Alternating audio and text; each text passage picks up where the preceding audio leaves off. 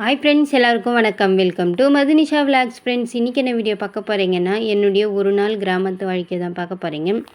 அதுவும் இது அமாவாசை அப்போ எடுத்த வீடியோ. அந்த வீடியோவை தான் பார்க்க போகிறீங்க. வாங்க வீடியோக்குள்ளே போகலாம். இந்த வீடியோ உங்களுக்கு பிடிக்கும்னு நினைக்கிறேன். பிடிச்சிருந்தால் ப்ளீஸ் மறக்காமல் லைக் பண்ணி நம்ம சேனலை சப்ஸ்கிரைப் பண்ணிங்க. வீடியோவை ஸ்கிப் பண்ணாமல் ஃபுல்லாக பாருங்கள். அப்போ தான் உங்களுக்கு என்ன சொல்ல வரேன் அப்படின்றதும் என்னுடைய கிராமத்து வாழ்க்கையும் உங்களுக்கு புரியும். வாங்க வீடியோக்குள்ளே போகலாம். இது அமாவாசை போன வாட்டி அமாவாசை எடுத்த வீடியோ. வாய்ஸ் ஓவர் கொடுத்து எடிட் பண்ணி போடுறதுக்கு டைம் இல்லை. பாப்பாவுக்கு உடம்பு சரியில்லாமல் இருக்கிறதுனால எந்த வேலையுமே செய்யவே தோணலை. அப்படின்றதுனால எதுவுமே பண்ணாமல் அப்படியே போட்டு வச்சுருந்தேன். வீடியோஸை சரியாகவே போடவே முடியல. சரின்னு சொல்லிட்டு காலையிலே கொஞ்சம் சீக்கிரமாகவே எழுந்துக்கிட்டு ஒரு 5 மணி பக்கம் எழுந்துட்டுருப்பேன். 5 மணிக்கு எழுந்துக்கிட்டு ஃபஸ்ட்டு பால் காய்ச்சி குடிச்சிடலாம்.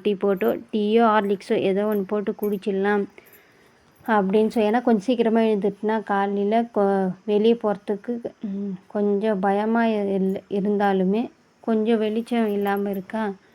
சரி, நம்ம பொறுமையாக வீடியோ எடுத்துக்கிட்டு எல்லா வேலையும் செஞ்சுக்கலாம் அப்படின்னு சொல்லிட்டு தான் ஃபஸ்ட்டு காஃபி இல்லை டீ எதுனா ஒன்று போட்டு குடிக்கலாம் அப்படின்னு சொல்லிட்டு ஃபஸ்ட்டு எனக்கு இந்த நாட்டு சர்க்கரை வாங்கிட்டு வந்திருந்தாங்க. அது ஓப்பன் பண்ணாமலே இருந்தது. சரின்னு சொல்லிட்டு ஹார்லிக்ஸ் போடுறப்ப ஃபுல் அண்ட் ஃபுல் ஹெல்த்தியாகவே சாப்பிட்டுக்கலாம் அப்படின்னு சொல்லிட்டு ஒயிட் சுகருக்கு பதில் இந்த நாட்டு சர்க்கரை சேர்த்துக்கலாம் அப்படின்னு சொல்லிட்டு அதை தான் வாங்கிட்டு வந்திருந்தாங்க.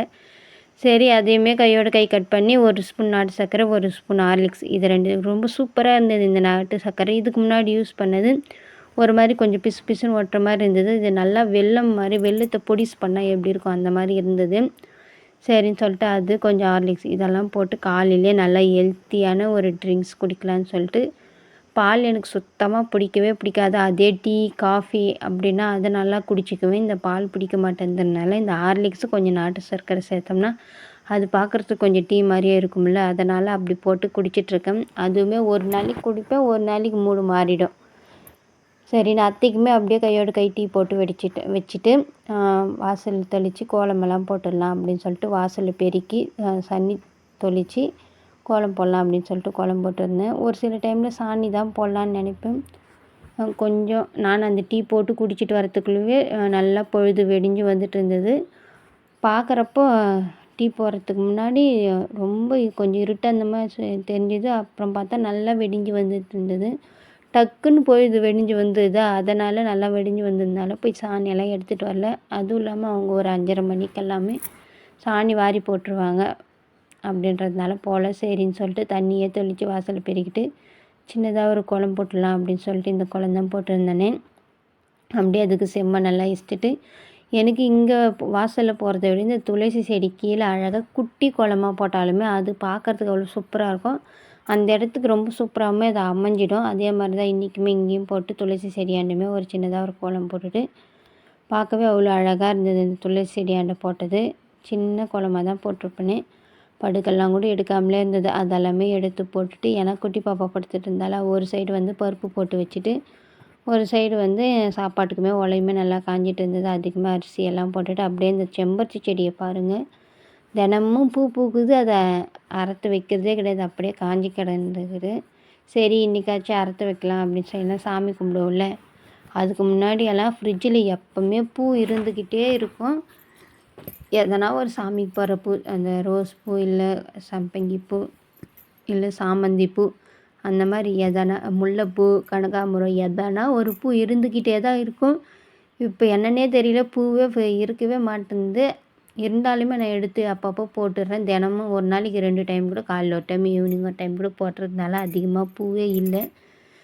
சரி, நம்ம செம்பருத்தி பூ வச்சு சாமி கும்பிட்டுக்கலாம் அப்படின்னு சொல்லிட்டு சிம்பிளாக இந்த செம்பருத்தி பூ தான் கும்பிட்ற மாதிரியே இல்லை அமாவாசை. சரி, சிம்பிளாக செஞ்சு படைச்சிக்கலாம். ஒரு டைம் கூட விட்டதே இல்லை அப்படின்றதுனால பூவுமே வாங்கிட்டு வரல. அத்தை மட்டும் வெத்தலை பாக்கு மட்டும் நேற்றே வாங்கிட்டு வந்திருந்தாங்க. அதை வச்சு அப்படியே வெத்தலை பாக்கு வாழைப்பழம் 2 வாங்கிட்டு வந்திருந்தாங்களா, அதையுமே வச்சு குளிச்சுட்டு வந்துட்டு தான் கோலம் போட்டு குளிச்சுட்டு வந்ததுக்கப்புறம் தான் மற்ற வேலையை ஸ்டார்ட் பண்ணியிருந்தேனே. நான் குளிச்சுட்டு வரத்துக்குள்ளே அத்தை ஒலை ஊற்றி வச்சுட்டு இருந்தாங்க. பருப்புமே கொஞ்சம் போட்டு வச்சுட்டு இருந்தாங்க. சரின்னு சொல்லிட்டு சாப்பாடு வடிச்சிட்டு இந்த அமாவாசை டைமில் என்ன ஸ்பெஷல் அப்படின்னா இந்த கத்திரிக்காய் முருங்கைக்காய் மாங்காய் இருந்தால் மாங்காய் போட்டுப்போம், அப்படி இல்லைன்னா கத்திரிக்காய் முருங்கைக்காய் சாம்பார் தான் அவ்வளோ டேஸ்ட்டாக இருக்கும். நம்ம என்ன தான் மற்ற டைமில் வச்சாலுமே சாமிக்கு படிக்கிறப்போ நல்ல பயபக்தியோடு செய்வோம்ல, அந்த சமையல் ரொம்பவுமே பிடிக்கும். சாப்பாடு வடித்து வச்சுட்டு இந்த சைடு குழம்பு தாளித்து விட்டுடலாம் அப்படின்னு சொல்லிட்டு தாளித்து விட்டுருந்தேன். அதுக்கு முன்னாடி அந்த ஒரு பாப்பாவாக இருக்கிறப்போ ஒத்தி சமாளிக்கிறது கொஞ்சம் ஈஸியாக இருந்தது. நல்லா வடை பாயாசத்தோடு சாப்பாடு செஞ்சு படைச்சி சாப்பிடுவேன்.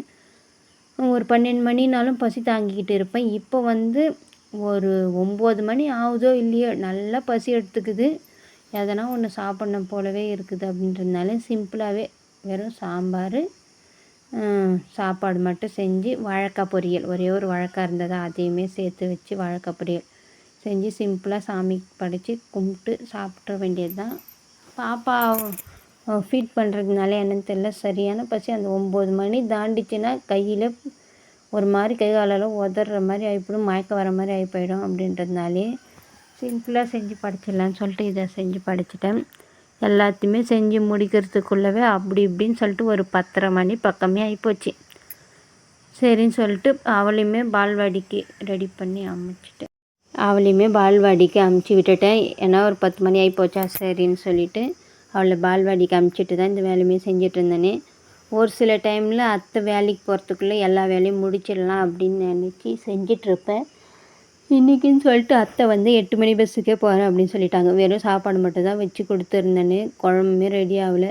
சரின்னு சொல்லிட்டு அப்படியே விட்டுட்டேன். ஒரு சில டைமில் சீக்கிரமாக செஞ்சிடுவேன். இன்றைக்கி பேருக்கு தான் சீக்கிரமாக எழுந்த மாதிரி, ஆனால் ஒரு வேலையும் ஆன பாடே கிடையாது. பொறுமையாக செஞ்சுட்டு இருந்தேன். இந்த குளிச்சுட்டு வந்து பூஜை சாமானெல்லாம் விலைக்கு வைக்கிறதுக்கே டைம் சரியாக போகுதா, அதனால் கொஞ்சம் லேட் ஆகி போச்சு. சாம்பாருமே ரொம்பவுமே டேஸ்ட்டாக வந்துருந்தது மற்ற நாளை விட இன்றைக்கி. இதுக்கு ஒரு அப்பளம் வடை பாயாசத்தோடு சாப்பாடு செஞ்சால் அவ்வளோ சூப்பராக டேஸ்ட்டாக இருக்கும். நம்ம உடம்ப தான் நம்ம பார்த்துக்கணும். சரின்னு சொல்லிட்டு இந்த மாதிரி சிம்பிளாகவே செஞ்சு முடிச்சுட்டு வாழைக்காய் இதுக்கு முன்னாடியெல்லாம் நல்லா ரவுண்டாக கட் பண்ணி போடுவேன். இன்றைக்கி இந்த மாதிரி பொரியலுக்கு சின்ன சின்னதாக கட் பண்ணி போட்டு பூவுமே நம்ம செடியில் பூத்த செம்பருத்தி பூ எவ்வளோ அழகாக இருக்குது பாருங்கள். ஒரு சில பொருளெல்லாம் அந்த இடத்துல இருந்தால் தான் அதுக்கு ஒரு அழகு. அது செடியில் இருக்கிறப்போ பார்க்குறதுக்கு அவ்வளோ சூப்பராக இருந்தது. அந்த க்ரீன், அந்த ரொம்ப டார்க் க்ரீன், லைட் க்ரீன், இந்த ரெட் கலர் சிவப்பு செம்பருத்தி இதை பார்க்குறதுக்கு செடியில் பார்க்குறதுக்கு அவ்வளோ சூப்பராக இருந்தது. அதை விட நம்ம முருகருக்கு வச்சா அது அதை விட அழகாக இருக்கும். வச்சுட்டு சரி மொட்டை அடிக்க போகிறோமே அப்படின்னு சொல்லிட்டு தலை நிறைய பூ வச்சுக்கலாம் அப்படின்னு சொல்லிட்டு தலைவாரி அழகாக பூ வச்சுக்கிட்டேன். எத்தனை நாளைக்குன்னு தெரில, எப்படி இருந்தாலும் ஒன்று 3 மாதம் ஆகும். இது வந்து அப்போ பாப்பாவுக்கு அம்மாலாம் போடாமல் இருந்ததா அப்போ எடுத்தது. சரி நாளைக்கு செவ்வாய்க்கிழமை அடிக்க போகிறோம் அப்படின்றதுனால திங்கக்கிழமையோ ஞாயிற்றுக்கிழமை இந்த மாதிரி பூவெல்லாம் வச்சு தலை நிறைய பூவெல்லாம் வச்சு அழகாக பார்த்துட்டு இருந்தேன். இன்றைக்கி வந்து இந்த மாதிரி வாசலில் அழகாக நான் ஃபோனில் பார்க்குறப்போ அவ்வளோ சூப்பராக போடுறாங்க வாசலில் கோலம். நானும் இந்த வாட்டி மஞ்சளெல்லாம் தடவி கோலமெல்லாம் போட்டு வழுக்கெல்லாம் ஏற்றி சாமி கும்பிட்டுட்டு நிம்மதியாக ஒரு 10:30 மணி ஆகிப்போச்சு. 10:30 மணிக்கு சாமியெல்லாம் கும்பிட்டுட்டு உக்காஞ்சி சாப்பிட்டுட்டு சாமி கும்பிட்டுட்டு காக்காங்களுக்கு சாதம் எடுத்துன்னு போய் வச்சுட்டு அதுக்கப்புறம் வந்து நானுமே உக்காஞ்சி சாப்பிட்டுட்டு அதுக்கப்புறம் மதிய சாப்பாடு சாப்பிடவே ஈவினிங் போல் ஒரு சின்னதாக ஒரு டீ போட்டு குடிச்சிட்டு நைட்டு வந்து சிம்பிளாக தோசை ஊற்றிக்கலாம் இந்த சாம்பாருக்கு அப்படின்னு சொல்லிட்டு தோசை ஊற்றி சாப்பிட்டுட்டு இருக்கிற பாத்திரத்தெல்லாம் கழுவி ஏற கட்டி வைக்கிறதுக்கு 9 மணி ஆகிப்போச்சு. அவ்வளோதான். இந்த என்னுடைய அழகான கிராமத்து வாழ்க்கை உங்களுக்கு பிடிச்சிருந்ததுன்னா லைக் பண்ணுங்கள், ஷேர் பண்ணுங்கள், கமெண்ட் பண்ணுங்கள். எந்த மாதிரி வீடியோஸ் போகலான்னு கமெண்ட் பண்ணுங்கள். நாளைக்கு ஒரு நல்ல வீடியோவில் பார்க்கலாம். டாட்டா.